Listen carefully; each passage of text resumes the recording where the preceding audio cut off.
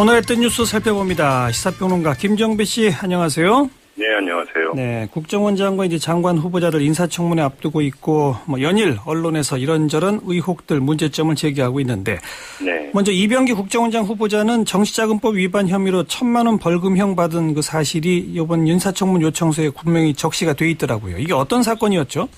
이게 좀 이미 언론에도 좀 보도가 됐었는데요. 2002년으로 거슬러 올라가야 되는데, 예. 대선 때 한나라당의 이회창 후보고 그때 민주당의 노무현 후보가 맞붙지 않았습니까? 예. 그런데 이때 이제 차떼기 사건이 있었는데요. 그 파편이라고 봐야 될 것 같은데, 예. 그 당시 이인재 의원 그리고 그의 공보특보였던 김윤수 씨 등의 판결문을 보면은, 예.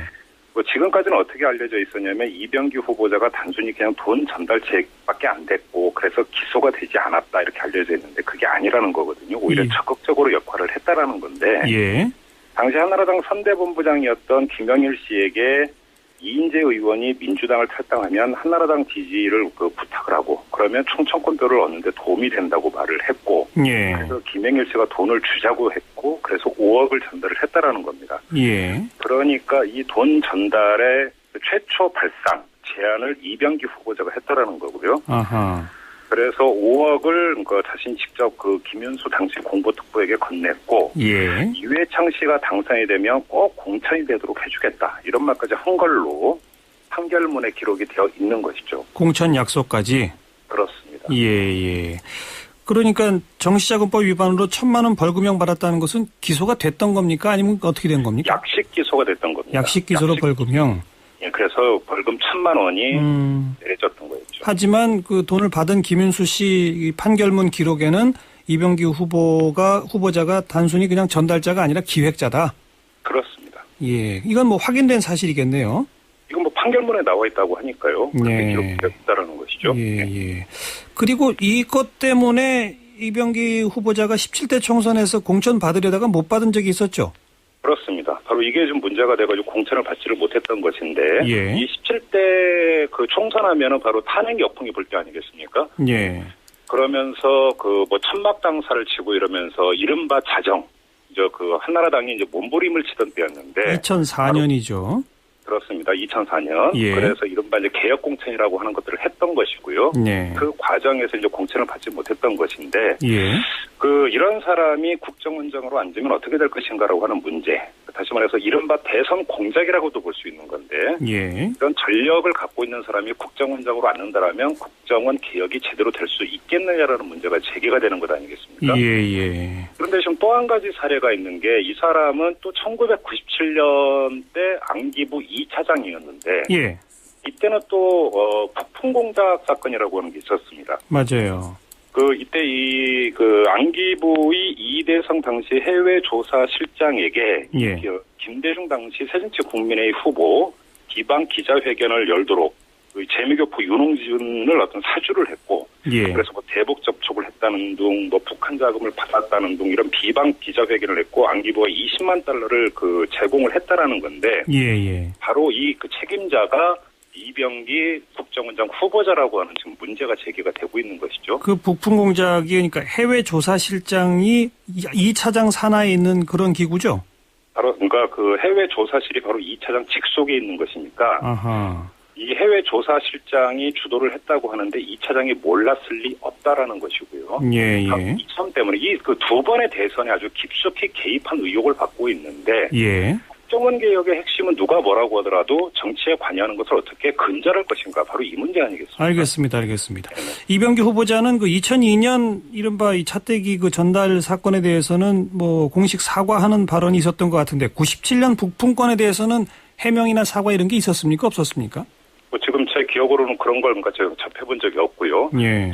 이게 당시 검찰에서도 수사를 받았었는데, 예. 이때 어떤 이야기를 이병기 후보자가 주장을 했냐면 그때 나는 해외 출장 중이었다. 그래서 나는 몰랐다. 알겠습니다. 이런 식으로 진술한 것으로는 보도가 됐었습니다. 청문회에서도 아마 그런 입장을 고수하겠군요. 네네. 게다가 또 사돈이 운영하는 LIG 손해보험 고문으로 근무한 전력도 또 있었죠? 그렇습니다. 이 LIG 손해보험의 이제 구번욱 전략지원 담당 상무가 이병기 후보자의 사위이고요. LIG 그룹 회장, 구자원 회장의 이제 조카가 되는 건데, 예. 2006년 7월부터 2013년 3월까지 2008년이군요. 예. 약 5년간 LIG 손해보험 고문으로 재직을 하면서 모두 2억 5,778만 원 이 급여를 받은 것으로 되어 있고, 예. 또 오늘 오후에 또 하나 또 제기된 게 있습니다.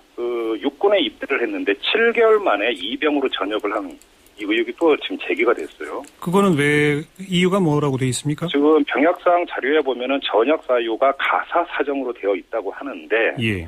혹시 뭐 육방이란 말 속칭 육방이란 말 있지 않습니까? 6개월 방위. 예. 그렇습니다. 뭐 이거에 대해서 지금 당시 병역법상 2대 독자는 6개월간 방위로 근무했다. 이게 국정원 관계자의 지금 해명이라고 하는데, 네. 이병으로 전역하는 기간 동안의 기간은 모두 7개월이었었거든요. 예. 이것도 좀 검증이 돼야 되는 이런 문제인 것 같습니다. 이것도 청문회에서 쟁점이 또 하나 추가될 수 있겠네요. 그렇습니다. 예.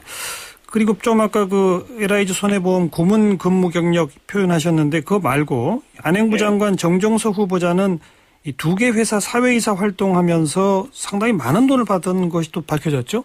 현대 엘리베이터 사회이사 및 감사로 있으면서 돈을 받았고요. 그 다음에 또 삼성생명 사회이사도 했었습니다. 예. 삼성생명 같은 경우는 한 번 이사회에 참석을 해서 얼마를 받으면 850만 원을 받았고, 예. 현대 엘리베이터에서는 모두 43회 열린 이사회 가운데 32번만 참석을 했다고 하는데, 여기서 받은 돈이 1억 5천만 원이 넘거든요. 예. 그런데 뭐 학자이고 사회에서도 할 수 있다고 생각을 하는데, 문제는 이 경력보다 더 중요한 것은 예.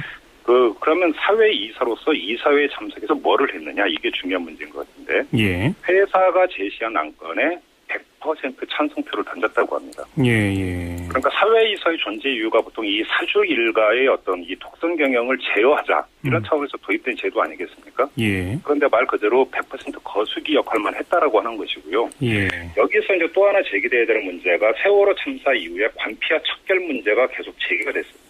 예. 그러면 이 문제의 주무부처는 어디가 되냐면 안전행정부가 됩니다. 예.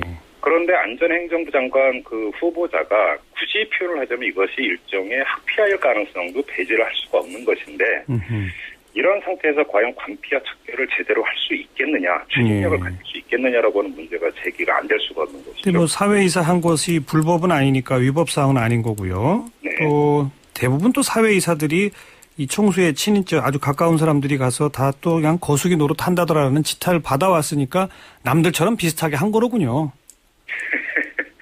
그렇다고 볼 수 있을까요? 그런데 아무튼. 과연 장관 후보자를 오르냐? 이건 네네. 또 좀 더 논의를 해봐야 될 문제고요. 여기까지 듣죠. 고맙습니다. 고맙습니다. 시사평론가 김종배 씨였습니다.